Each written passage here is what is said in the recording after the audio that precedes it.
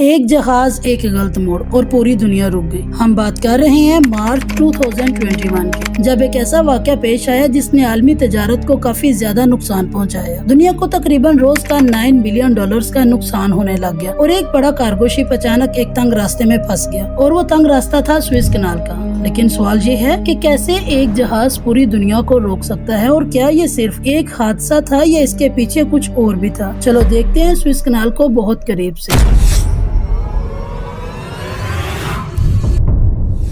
سب سے پہلے ہم یہ سمجھنے کی کوشش کرتے ہیں کہ آخر سوئس کنال کہاں واقع ہے۔ سوئس کنال یہ ایک مصنوعی نہر ہے جو مصر میں واقع ہے، اور یہ میڈیٹرینین سی کو ریڈ سی سے جوڑتی ہے۔ بظاہر یہ صرف ایک پانی کا ایک راستہ لگتا ہے، لیکن حقیقت میں یہ یورپ اور ایشیا کے درمیان سب سے مختصر اور اہم راستہ ہے۔ اس نہر کی بدولت جہازوں کو افریقہ کے پورے براعظم کا چکر نہیں لگانا پڑتا، جس سے نہ صرف ہزاروں کلومیٹر کا سفر بچ جاتا ہے اور مال کے چوری ہو جانے کا خدشہ بھی نہیں رہتا، کیونکہ براعظم افریقہ میں بہت سے ایسے پوائنٹس ہیں جہاں پر افریقی لٹیرے بڑے جہازوں کو بڑے ہی آرام سے لوٹ لیتے ہیں۔ اسی لیے سوئس کنال پوری دنیا کے لیے کافی اہمیت رکھتی ہے۔ اسی وجہ سے دنیا کی تقریباً 10 سے 12% سمندری تجارت اسی راستے سے ہوتی ہے، اور ہر دن درجنوں بڑے کارگو شپ، تیل بردار جہاز اور کنٹینرز اسی نہر کے ذریعے ایک براعظم سے دوسرے براعظم تک کا سفر کرتے ہیں، اور یہی وہ راستہ ہے جو دنیا کا سب سے بڑا چونک پوائنٹ بن جاتا ہے، کیونکہ اس کا بڑا حصہ صرف ایک ہی لائن پر مشتمل ہے، یعنی ایک وقت میں جہاز ایک ہی طے شدہ راستے سے گزر سکتے ہیں، اور اگر ایک رکاوٹ بھی آ جائے تو دنیا کی اکانومی پر کافی اثر پڑ سکتا ہے۔ اور پھر آتا ہے دن 23 مارچ 2021 کا۔ یہ دن ایک عام دن کی طرح شروع ہوتا ہے۔ دنیا بھر کے درجنوں کارگو جہاز اپنی منزل کی طرف بڑھ رہے تھے، اور انہی میں شامل تھا ایک 2 ہیکل کنٹینر شپ ایور گیون۔ یہ جہاز اتنا بڑا تھا کہ اس کی لمبائی تقریباً 4 فٹ بال گراؤنڈز کے برابر تھی، اور یہ ہزاروں کنٹینرز لے کر چین سے یورپ کی طرف جا رہا تھا۔ جب یہ جہاز سوئس کنال میں داخل ہوا تو سب کچھ معمول کے مطابق ہی تھا، لیکن پھر اچانک تیز ہوائیں چلنا شروع ہو گئی۔ ریت کا طوفان اٹھ رہا تھا، جس کی وجہ سے دیکھتے ہی دیکھتے جہاز کا کنٹرول متاثر ہونے لگا۔ اتنے بڑے جہاز کو اس تنگ نہر میں کنٹرول کرنا ویسے ہی مشکل ہوتا ہے، اور یہی سب کچھ ہوا۔ جیسے ہی ایک لمحے کی غلطی ہوئی، جہاز کا رخ بدل گیا، اور پھر وہی ہوا جس کا کسی نے سوچا بھی نہیں تھا۔ یہ کنٹینر جہاز نہر کے کنارے سے ٹکرا گیا، اور اس کا اگلا حصہ زمین میں دھنس گیا، اور پچھلا حصہ دوسری طرف جا کر اٹک گیا، اور چند ہی لمحوں میں سوئس کنال مکمل طور پر بند ہو گئی۔ اب نہ کوئی جہاز آگے جا سکتا تھا اور نہ ہی پیچھے۔ ایک ہی لمحے میں دنیا کی سب سے اہم تجارتی لائن رک چکی تھی۔ لیکن اصل مسئلہ تو اب شروع ہوا تھا، کیونکہ ایک جہاز کا پھنسنا صرف ایک حادثہ نہیں، بلکہ یہ ایک عالمی بحران کی شروعات تھی، بلکہ پوری دنیا کے رک جانے کی شروعات تھی۔ چند گھنٹوں کے اندر اندر اس نہر کے دونوں طرف جہازوں کی لمبی لمبی لائنز لگنا شروع ہو گئی۔ تیل سے بھرے جہاز، کارگو شپ، کنٹینرز سب ایک ہی جگہ رک گئے۔ وقت جیسے تھم سا گیا۔ ہر گزرتے دن کے ساتھ یہ تعداد بڑھتی جا رہی تھی، اور دیکھتے ہی دیکھتے کافی زیادہ جہاز ایک لائن میں کھڑے ہو گئے تھے۔